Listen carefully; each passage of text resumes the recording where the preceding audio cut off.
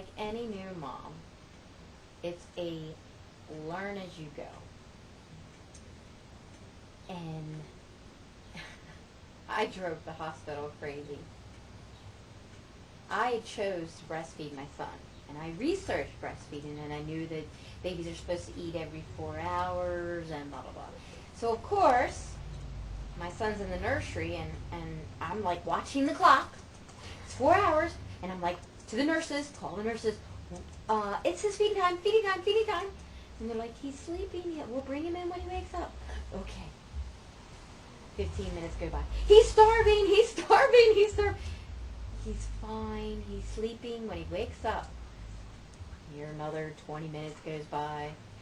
Hello? I know he needs to eat. Okay, every 4 hours, that's what they say. I read it, I paid attention, I made notes. I took notes. Of all the important things, when he was supposed to eat, and how you're supposed to change him, and how you da-da-da-da-da. So I knew it was time. Needless to say, they were ready to get rid of me out of that hospital because I wouldn't stop nagging them about his feeding. Well, I didn't do better getting home either. Here it is. I take him home, and he's screaming. He didn't stop, so I call the pediatrician. Something's wrong. Nothing's wrong. He's fine. No, I changed him, I fed him, I swallowed him. I did all these things according to what I learned and what I read, and he's still crying. He's fine. Just be patient. Sometimes babies cry. Okay. So I learned, to be a little bit more patient. And I called her back about 2 hours later, and I said, he's still crying. It's been 2 hours. He hasn't stopped. He's fine. I'm like, I don't know. I changed him. I fed him. I did this. I keep, rocking, and I keep this, and I tried this, and he's fine.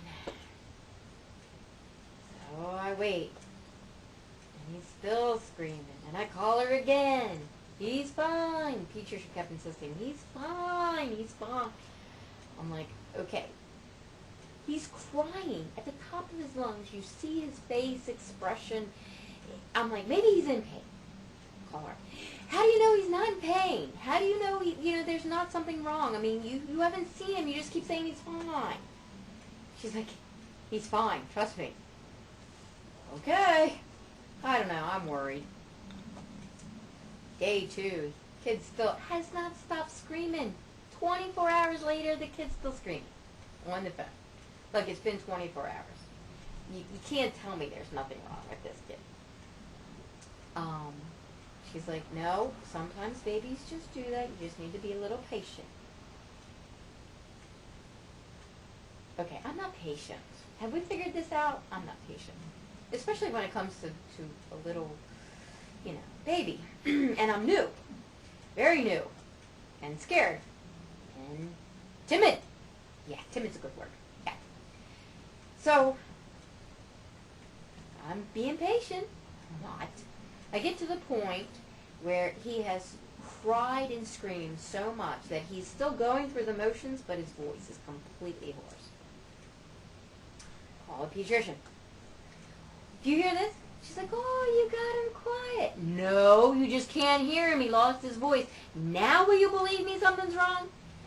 She's like, bring him in. So I finally get to take him in. And she's like, he's fine. He's not fine. You can't even hear him. He lost his voice. How can he be fine? He's fine. Okay. Well, yes, my son ended up crying for the first 3 days. And he just stopped. Out of clear blue. Just stopped. Then I'm trying to think, okay, what did I do to make him stop? No, he just stopped. So I guess I learned that, sometimes babies just cry. That was scary.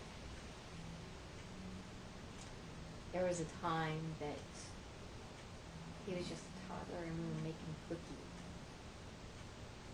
And I loved putting onesies on him. I'd find all these cute little onesies. to put on. And here he is in this onesies outfit. And my son had the beautiful, beautiful curly hair. And here he is sitting, and you see his muscles, and he's got this picture of this rolling pin. And you just memorize that. It's just a moment in time that you just freeze, that no one can take away from you. And you realize how extraordinary a child can be.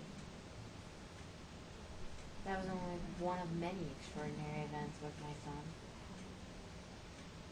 Many more came. He had a way of just making the world stop. Just stop. So you could breathe again. The way he touched my heart, the way he made me feel, the life he gave me. Can't change it.